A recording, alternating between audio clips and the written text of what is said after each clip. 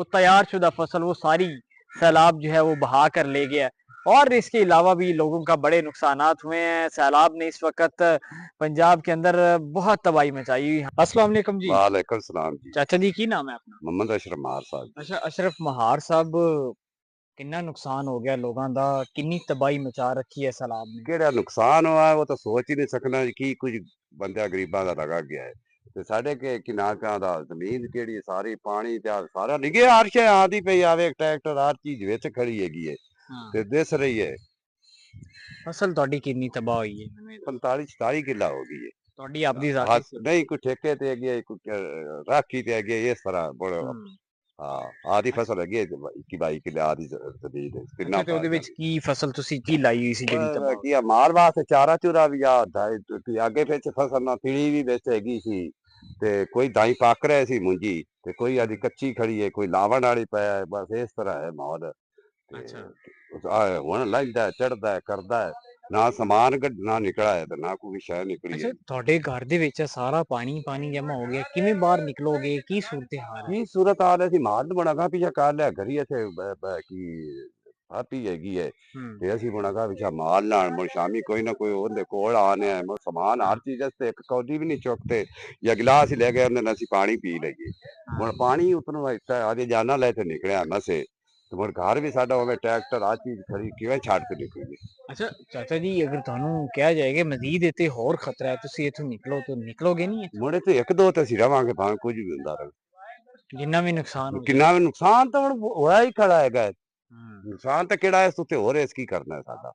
ਕਿੰਨੇ ਜਾਨਵਰ ਦਾ ਕਿੰਨਾ ਨੁਕਸਾਨ ਹੋਇਆ ਹੈ, ਕਿੰਨੀਆਂ ਫਸਲਾਂ ਬਹਿ ਗਈਆਂ ਨੇ, ਫਿਰ ਘਰ ਦਾ ਕਿੰਨਾ ਨੁਕਸਾਨ ਹੋ ਗਿਆ? ਨੁਕਸਾਨ ਤਾਂ ਬਣ ਜਾਵੇ ਕੱਚੇ ਮੁੜ ਦਿਹਾਤੀ ਇਲਾਕਾ ਹੈਗਾ ਹੈ। ਹਾਂ, ਮੁੜ ਉਹ ਇਹੀ ਹੈ, ਮੁੜ ਪਾਣੀ ਦਾ ਵੇਖ ਲੈ ਤੁਸੀਂ, ਸਾਹ ਵੇਂਦੇ ਹੀ ਕੋਲ ਪਏ ਨੇ ਤੇ ਤੁਸੀਂ ਹੈਗਾ ਵੀ ਅੱਲਾ ਜਣੇ ਕਿੱਥੋਂ ਰੋਲ ਡੋਬ ਤੇ ਇੱਥਾ ਮੈਂ ਤਾਂ ਸੋਚ ਹੀ ਨਹੀਂ ਸਕਦਾ ਤੁਸੀਂ ਕਿਵੇਂ ਅੱਲਾ ਜਣੇ ਆ ਗਏ ਨੇ।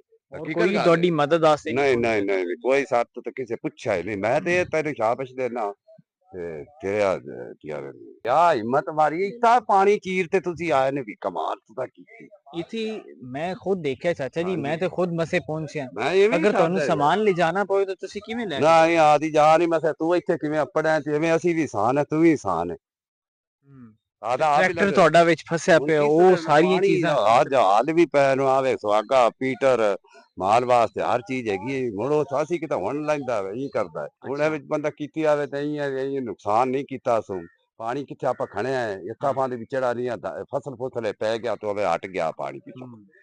अच्छा ਇੱਥੇ ਆਸ-ਪਾਸ ਕਿਤਨੀ ਫਸਲਾਂ ਤਬਾਹ ਮੈਂ ਹੋਈਆਂ ਨੇ ਕਹਿੰਦਾ ਚਾਚਾ ਜੀ ਜੀ, ਸੋਚ ਕਿੰਨੇ ਹੀ ਨਹੀਂ ਪਿੰਡ ਡੁੱਬ ਸਕਦਾ ਗਏ? ਬੰਦਾ ਉਹ ਕਈ ਪਿੰਡਾਂ ਦੇ ਪਿੰਡ ਡੁੱਬ ਗਏ, ਤੁਸੀਂ ਪਾਣੀ ਨਿਗੇ ਮਾਰੋ ਕਿੱਥੇ ਤੁਹਾਡੀ ਹਾਂ, ਨਿਗੇ ਹੀ ਨਹੀਂ ਉੱਥਾ ਤੇ ਪੈਂਦੀ ਪਾਣੀ ਤਾਂ। ਆ ਬਿਲਕੁਲ। ਵੇਖੋ ਪਿੰਡ ਖੜਾ ਵੇਖੋ ਉਹ ਵਿੱਚ ਪਾਣੀ ਦੇ ਖੜਾ ਹੈ, ਆ ਇੱਦੇ ਹਾਂ, ਖੜਾ ਵੇਖੋ ਉਹ ਖੜਾ ਪਿੰਡ ਵਿੱਚ ਪਾਣੀ ਦੇ ਕੇ ਹਰ ਕੋਈ ਮਸੇ ਕੋਈ ਇੱਕ ਅੱਧਾ ਕਿਸੇ ਦਾ ਬੈਠਾ ਹੈ, ਕਿਸੇ ਦੇ ਕੋੜੀ ਬੈਠੇ ਨਹੀਂ, ਬਸ ਇਸੇ ਤਰ੍ਹਾਂ ਦੀ ਮਾਹੌਲ ਹੈ।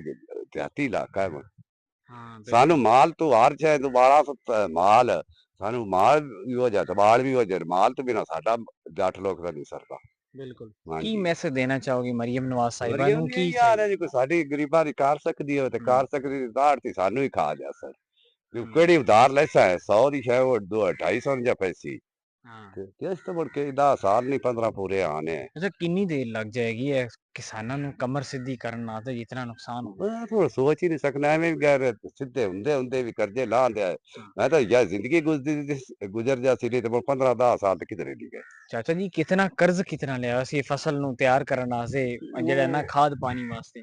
ਕੀ ਦਾ ਜੀ ਕਿੰਨਾ ਰਲਾ ਤੇ ਅੰਗੂਰ ਧਾਈਆਂ ਕੇ ਮੂੰਜੀ ਦੇ ਬਾਹਰ ਨਿਕਲਣਾ ਰੁਪਈਆ 50,000 ਹੈ ਅੱਛਾ ਪੂਰਾ ਇੱਕ ਕਿੱਲੇ ਦਾ? ਇੱਕ ਦਾ ਖਰਚਾ ਤੇ ਦੇ ਟੋਟਲ ਬਾਅਦ। ਕਿੰਨਾ ਬੰਦਾ 50 ਏਕੜ ਦਾ? ਹਾਂਜੀ 50 ਏਕੜ ਦੇ ਟੋਟਲ ਕਿੰਨਾ ਨੁਕਸਾਨ ਹੁਣ ਹੋ ਉਹ ਗਿਆ ਅਗਲਾ ਤੁਹਾਡਾ? ਨੁਕਸਾਨ ਬਾਹਰ ਹੀ ਜਾਂਦਾ, ਵੇਖ ਲੈ 35 करोड़ा 40 ਲੱਖ रुपये हो गए। ਕਰੋੜਾ ਰੁਪਏ। बहुत शुक्रिया जी। नाजरीन आप देखें कि इन किसानों की पसलियां टूट गई हैं। आप अंदाजा लगाए कि ये तो एक रीढ़ की हड्डी होता है किसान, और पंजाब के अंदर ज़रात, और जब इन्हीं किसानों की पसलियां और कमर टूट जाएगी तो पीछे क्या बचेगा? हजारों एकड़ फसलें तबाह हुई हैं पंजाब के अंदर। ये हैड सुलेमान की इलाके में अगर आ जाए, दरियाई इलाकों पे जहाँ पर सैलाब ने तबाही मचाई है, वहां पर लोगों की 100 एकड़ जो फसल है वो सारी सैलाब जो है बहा के ले गया।